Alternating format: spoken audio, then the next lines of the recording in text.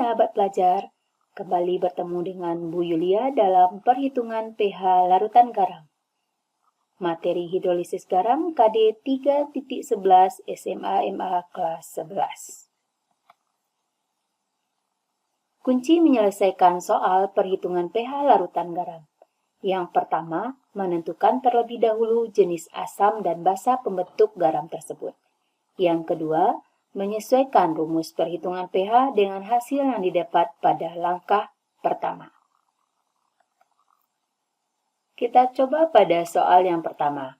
Hitunglah pH larutan CH3COONa 1 molar Ka CH3COOH sama dengan 10 pangkat min 5.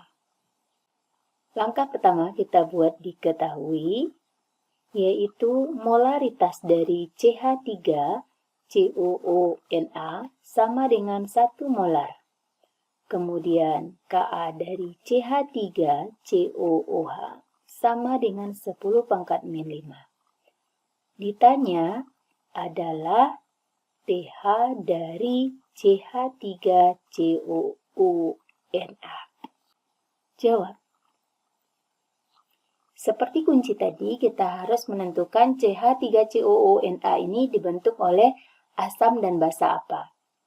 CH3COONa dibentuk oleh CH3COO- dan Na+. CH3COO- adalah anion dari asam lemah.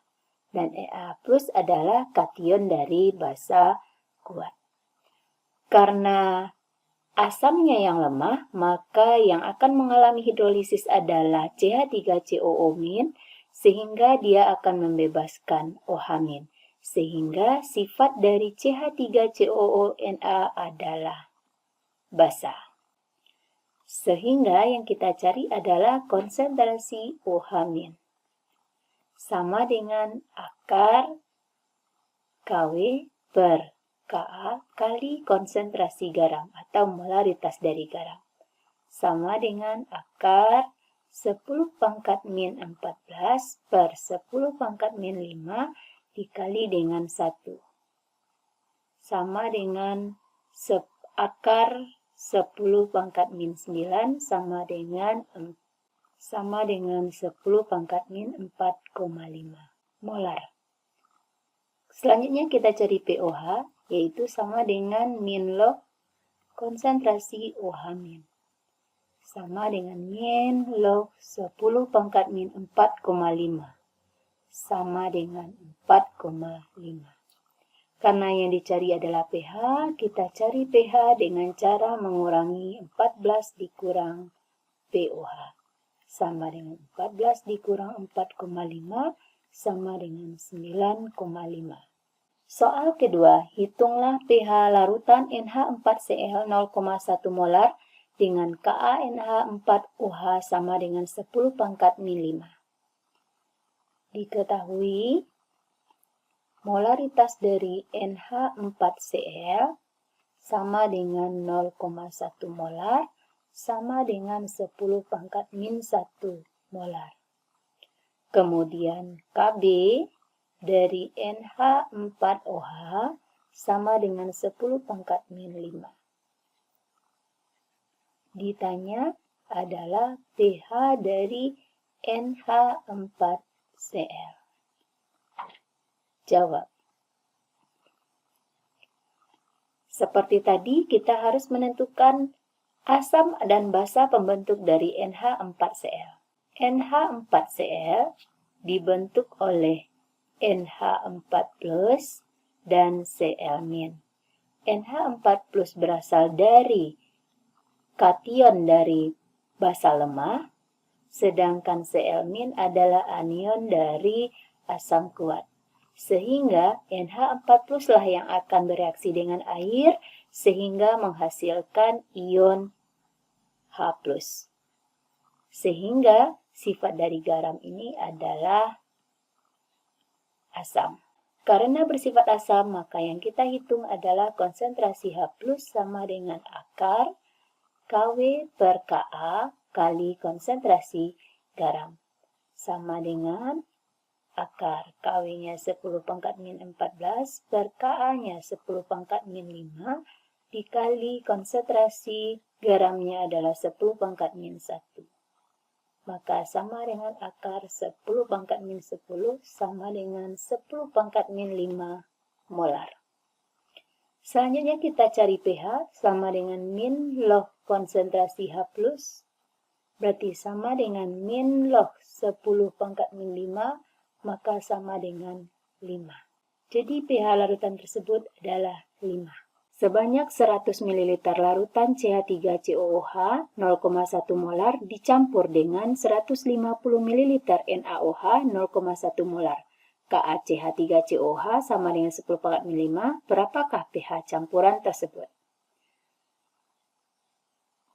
Diketahui volume dari CH3COOH sama dengan 100 ml sama dengan 0,1 liter dengan molaritas dari CH3COOH sama dengan 0,15 molar.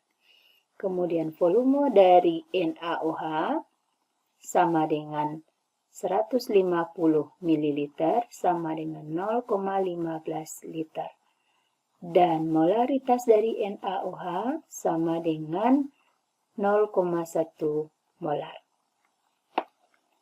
Dan Ka dari CH3COOH sama dengan 10 pangkat min 5. Ditanya adalah pH campuran. Jawab, untuk mencari pH campuran maka kedua bahan ini harus direaksikan terlebih dahulu. Untuk memudahkan perhitungan dalam reaksi maka lebih baik kita cari jumlah mol masing-masing senyawa. Yang pertama adalah N dari CH3COOH sama dengan M kali V sama dengan 0,15 molar dikali 0,1 liter sama dengan 0,015 mol. Dan mol dari NaOH sama dengan 0,1 molar dikali 0,15 liter sama dengan 0,015 mol. Kita buatkan persamaan reaksinya. CH3COOH ditambah dengan NaOH menghasilkan CH3COONA ditambah H2O. Kita lihat keadaan mula-mula, bereaksi, dan setelah reaksi. Mula-mula adalah 0,015 mol untuk CH3COOH dan 0,015 mol pula untuk NaOH dan CH3COONA dan H2O awal belum ada. Karena memiliki perbandingan 1:1 dengan jumlah mula-mula yang sama, maka semuanya bereaksi.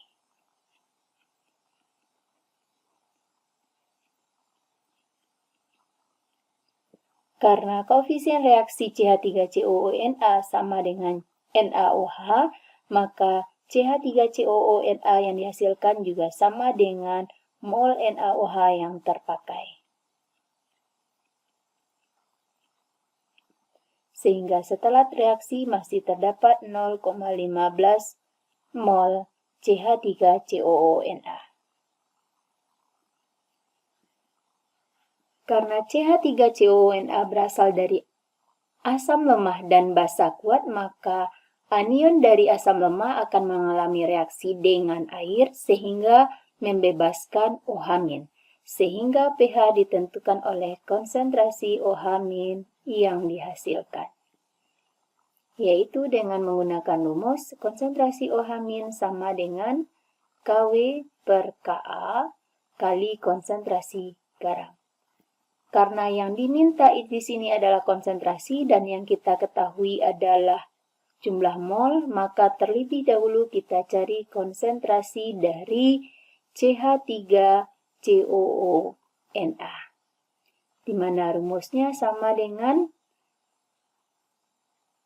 N per V, sama dengan N-nya 0,015 mol, dengan volume total adalah 0,1 liter ditambah 0,15 liter, sama dengan 0,015 mol per 0,25 liter, sama dengan 0,06 molar. Maka konsentrasi OH- sama dengan akar dari 10 pangkat min 14 per 10 pangkat min 5 dikali 6 kali 10 pangkat min 2. Sama dengan akar 6 kali 10 pangkat min 11. Sama dengan 10 pangkat min 5,5 kali akar 6. Maka POH sama dengan min log konsentrasi OH- sama dengan min log akar 6 kali 10 pangkat min 5,5. Sama dengan 5,5 dikurang log akar 6. Sehingga pH sama dengan 14 dikurang POH sama dengan 14 dikurang 5,5 kurang log akar 6. Sama dengan 8,5 ditambah log akar 6. Inilah pH dari campuran tersebut. Soal selanjutnya, larutan NaX 0,1 molar terhidrolisis 10%. Hitunglah tetapan kesetimbangan reaksi atau KH dan pH larutan tersebut. Diketahui molaritas dari NaX sama dengan 0,1 molar. Alfanya sama dengan 10%, sama dengan 0,1. Ditanya adalah KH dan pH dari NaX. Jawab. Untuk menentukan rumus alfa mana yang akan kita gunakan, maka kita harus mengetahui jenis garam ini. NaX berasal dari Na, asam kuat. Karena dia memiliki alfa, dipastikan bahwa dia berikatan dengan anion asam lemah. Sehingga konsentrasi ditentukan oleh OH-. Berarti alfa sama dengan akar KH per M. Sama dengan 0,1 sama dengan akar KH kali 0,1. Untuk menghilangkan tanda akar, kita kuadratkan. Sehingga ini adalah 0,01 sama dengan KH per 0,1. Sehingga KH sama dengan 0,01 dikali 0,1. Sama dengan 0,001. Konsentrasi OH- sama dengan akar KH kali MA. Sama dengan akar 10 pangkat min 3 dikali 10 pangkat min 1. Karena KH 0,01 ini sama dengan 10 pangkat min 3, sedangkan 0,1 ini sama dengan 10 pangkat min 1. Jadi sama dengan akar 10 pangkat min 4 sama dengan 10 pangkat min 2 molar. Maka POH sama dengan min log konsentrasi OH- sama dengan min log 10 pangkat min 2 sama dengan 2. Sehingga kita dapatkan pH dengan cara mengurangkan 14 dengan POH. Sama dengan 14 dikurang 2 sama dengan 12. Inilah KH dan pH dari larutan NaX. Berapa gram NH4Cl yang terlarut dalam 200 ml larutan NH4Cl dengan pH 4, Mr 53,5 dan Kb NH4OH sama dengan 10 pangkat min 5. Langkah awal kita buat diketahui, yaitu volume dari NH4Cl sama dengan 200 ml, kemudian pH NH4Cl sama dengan 4, kemudian Mr dari NH4Cl sama dengan 53,5 dan Kb dari NH4OH sama dengan 10 pangkat min 5. Ditanya adalah massa dari NH4Cl yang terlarut. Jawab.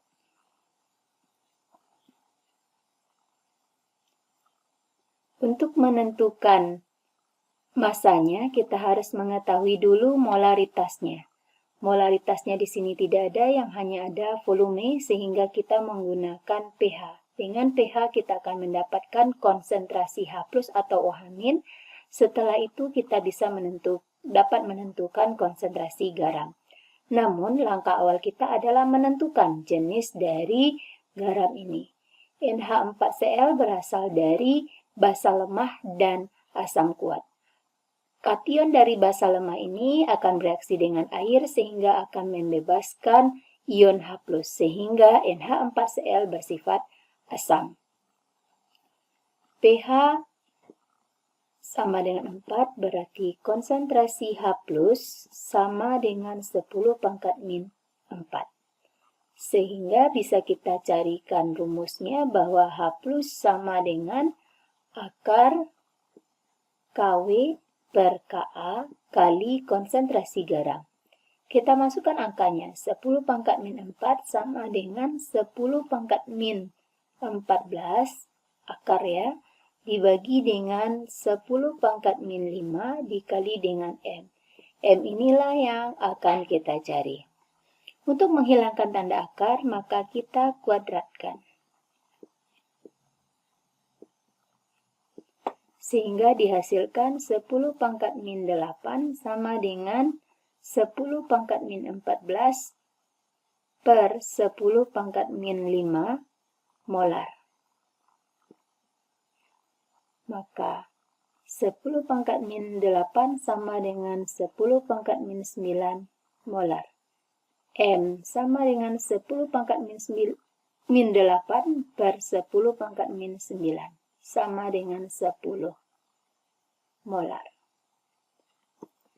Kita ingat bahwa molaritas sama dengan massa per mR kali 1000 per volume. Molaritasnya adalah 10, massanya yang ditanya, mR-nya 53,5 dikali 1000 per volumenya 200. Nolnya dapat kita coret, 10-nya juga dapat kita coret. Maka M sama dengan 53,5 dikali 2. Sama dengan 107. Inilah massa dari NH4Cl yang terdapat dalam larutan tersebut. Terima kasih sahabat telah menyaksikan pembahasan ini. Semoga dapat dipahami.